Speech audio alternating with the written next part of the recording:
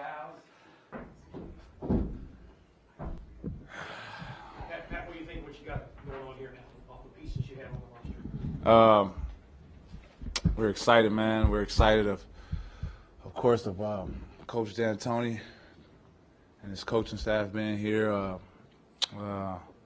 acquiring Eric Gordon, Ryan Anderson, Nene. It's very big for us. We can do a lot with our lineups, of course. A lot of flexibility with our lineups, you know, throughout the game. So we're going to be tough, man. We're going to be tough to match up with. And, you know, for Coach D'Antoni, getting Coach Vizdelek, you know, one of the best defensive coaches in the NBA, kind of adds that foundation of offense and defense. You know, it won't be easy, you know, and it's going to be hard, but, you know, we're up for the challenge for sure. You played with James for a while now. Does he seem different coming into campus here? 13? Man, 13 is always a beast, man. Everybody knows that. He doesn't get he don't get a lot of credit for it, though. I don't know why for some reason. But in my eyes, and since I've been here, he's the best player in the NBA.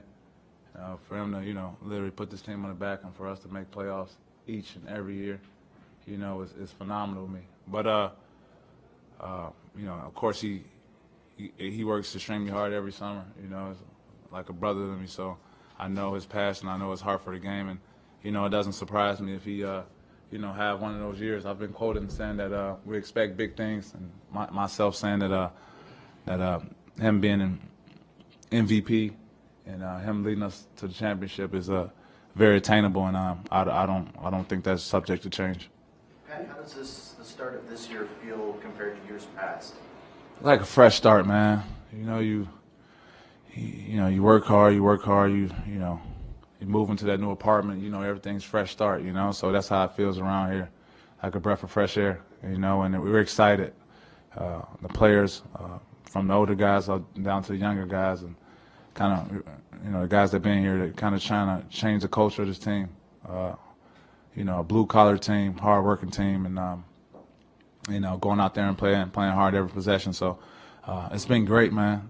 We've been meeting together, of course, you guys know, throughout the summertime, and Vegas and Miami. So, you know, we're super excited, man. We just can't wait to get this thing started. The process, meeting in Vegas, meeting Miami, just to move forward from what happened last year?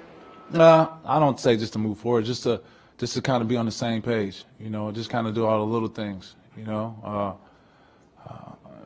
Having a team is like a relationship, man. You know, you gotta grind it through, and you gotta spend time on it, and you gotta put your heart in it, and you know, that's what we started, and that's what we're gonna continue to start. I think we're ahead of the curve for sure. Just kind of the principles that we want to get out in our offense and our defense. So training camp should be it shouldn't be a lot of teaching. It should be a lot of competing and a lot of getting after it. Hey, I got a question. Hey, when y'all be like all speaking at once, and the person finally get the question, everybody else just have to stop talking. Hey, that is so cold-blooded to me, man. I didn't mean to interrupt y'all, but no, I'm sorry. That always got to me, but I had to know the answer. I'm sorry, my bad, brother. You describe it as moving to a new apartment. How much better is the furniture in this year's apartment versus? Oh, it's great, man. It's great. You know, like you said, we got new pieces, like new TVs and new couches, man. You know, can't wait to use them. And, you know, and the guys that are here, you know, it's like everyone has something to prove that's here, you know, no matter who it is, top to bottom. And if you have that attitude and you put that collectively as a team, I mean, you'll be very dangerous. You talk about that are like grinding through a relationship. Like grinding through a relationship. Yeah. Was there not a willingness last year for everybody in here to grind through that relationship? I wouldn't say I wouldn't use the word willingness. I'll say that you know, then you have tough times in a relationship. Everything ain't all peaches and cream. You know, you have to work through it, and and for the most part, we did. You know, we made the playoffs. We worked through it. You know, of course, we didn't get the main goal to win the championship, but we made the playoffs. You know, that was one of our goals, and we did reach it. You know, everything won't be perfect, man. It won't, and I'm not here to tell you guys. You know, I always keep it real. So it won't be perfect. We won't win every game, but we damn sure go try. You know, we damn sure go try to go out there and compete, and you know, and leave everything we got on the basketball court. You talked about being like this being more of a blue collar approach. Yeah. You often approach that's kind of what you're known for. Yeah. What's different for you? What have you worked on? How have you improved since I- last year? I lost a lot of weight. I made a big emphasis coming in the summertime to kind of slim down. I think I lost about 8 to 10 pounds. 8. I wouldn't lie. 8 pounds. Probably lose another 3 to 5 during training camp. So I've been working my ass off this summer, of course, like I always do, and trying to be in the best tip-top shape. And I feel like I'm there. And for me, it's always room for improvement. Coach D'Antoni's, Coach Steve Nash, man. And you keep going down. You had Jalen when Jalen was playing amazing. I had that stretch. So whatever I can get from him, picking his brain and the little things that those two did to make them successful, and try to add that to my game, and try to get better. Is it very different for you? Sorry.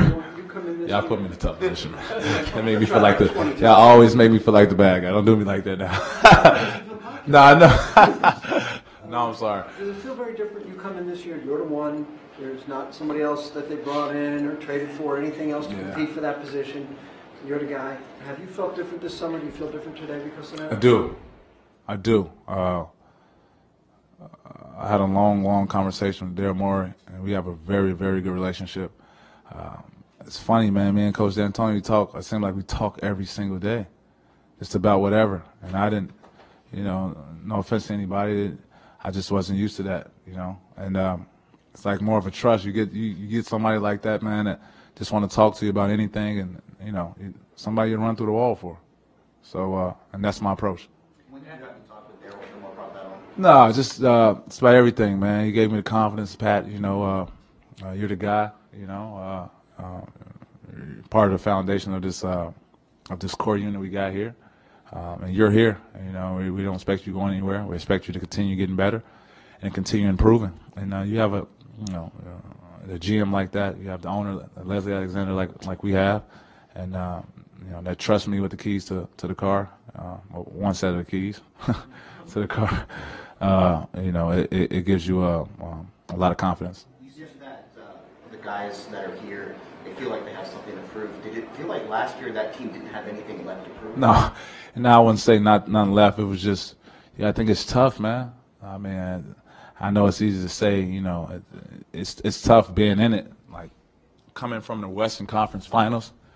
And then being in it, man, and trying to go back at it again. You got the Bulls on your back every night. It's tough, and I'm the last one to make excuses. So, we fell short, but we did reach one of our goals of making the playoffs. And again, that's one of our goals this year, and we're going to try to attain that also. Even though the NBA rulebook says that you can't kneel during the national anthem, do you expect there to be protests in the NBA the way there has been protests in the NFL? I don't know, man. That's everyone's entitled to their own opinion and entitled to demonstrate things they want to demonstrate. Everyone has their own right, and different people go about it different ways. You're so close with James, and he always says there's this commitment for him to become a better leader. Yeah. We've seen it this offseason. What can you see? How is he different? What does it mean to this team that he was able to? First off, you guys, man, we all getting older, man. We not, when we were 23, 24 here, he's getting older. We're all getting older. You get older, things in your life seem to change. And right now, it's all good. We all have what we have. We're blessed to have what we have, of course. And but now it's time to win some games, man. It's time to win some championships. Time to, trying to make history, And I think collectively, that's where our mindset is at. Along the lines that she asked you about the national anthem, yesterday, Texas Pro Bowl left tackle Blake Brown. He didn't kneel, but during the national anthem, he raised his fist to support, to bring awareness to the problems that they're out there, the killing of unarmed black men, that sort of thing. Yeah. What do you think about? Do you have a take or a feeling or opinion on that sort of stuff? Yeah, I mean, like I said, when it comes to a situation like that, you're free to demonstrate it the way you want to do it. Definitely not against that. I do think that everybody goes about it different ways, and that's that's the greatest thing about America, man, the freedom that we do have. And people express it some ways, people express it different ways, but, you know, at the end of the day, it's been expressed whatever that might be. Would you consider doing any sort of protest? No, I'm good. I'm happy to be here. I remember me being overseas, man, for 5 years and not being able to hear the national anthem. So I appreciate it, and I appreciate it to be American for sure. That was a sick answer, right? Man, that one, you know what? Ain't no lie, for real, on some real, because you know I'm cool with everybody in here. That was not thought of at all. That was right off the back, but I'm sorry again. That's right. You'll be able to get that clip later. Beyond being a good fellow, what needs to be done defensively to kind of get back to what you see? I'll just say different structure, you know, different being in position, knowing where you are. It was not a lot of gray area. It's either this or either that. And last year we had a lot of gray area, you know. So, you know, if I count on Clint to be up and pick and roll, whatever that call might be, that's I depend on him. If he depends on me sending my man a certain way, that's what he depends on me. And everyone has to be held accountable. And it will be different this year for sure. Todd, as a defensive-minded player, Yeah. how much of defense is culture? Because it seems this offseason with fixing and improving, it's been more about getting people to buy in than Yeah. just bringing in one player. No, defense is definitely a will, brother. Definitely a will. I mean, it's the will to, you know, it's not an easy task, bro. You don't get all the, you know, the shining and all that stuff for playing defense, you know. But you know, I embrace it. I love it. I love getting under people's skin. I love it. I love irritating people. I love, you know, being Pat. So that's just who I am. You know, I get on my mom's nerves. I get on my friends' nerves. I get on everybody's nerves. But you know, it's like that on and off the court. You look at this team and don't think there's going to be a lot of defense. I don't know why. You cited Bizdelic earlier. How excited are you to sort of team up with someone who has the same defensive philosophies and love for the defense as you do? I mean, and I definitely, you guys know me. I don't like to mention other teams and anything I talk about, but the stuff he did with Memphis was unbelievable.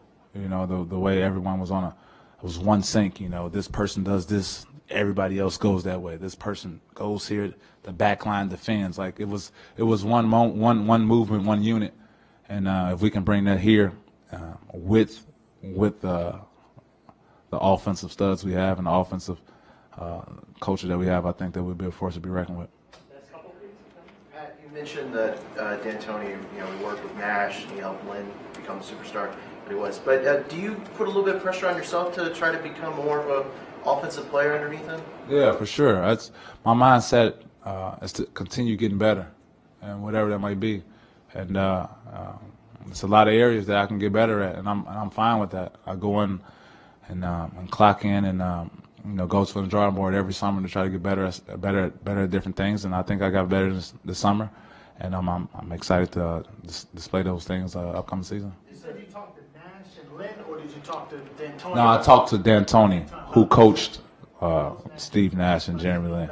Yeah, just not being better, but just things they saw. You know, looks they had, reads they had, little things coming off pick and roll, looking this way, knowing this guy's going to do this. Just little things that might help you. That's all. Is there anything that you worked on specifically? Maybe a shooter, be a better shooter, a better playmaker? I worked on ball handling a lot this summer. Me and my trainer, we put me in a lot of situations where I had to deal with a lot of pick and rolls because I understand that's the type of philosophy that Coach D'Antoni has. So there's different pick and roll reads, making the right reads, staying aggressive, offensive, and I can't ever forget what got me here, and that's my defense. So I'm definitely going to hang my hat on that.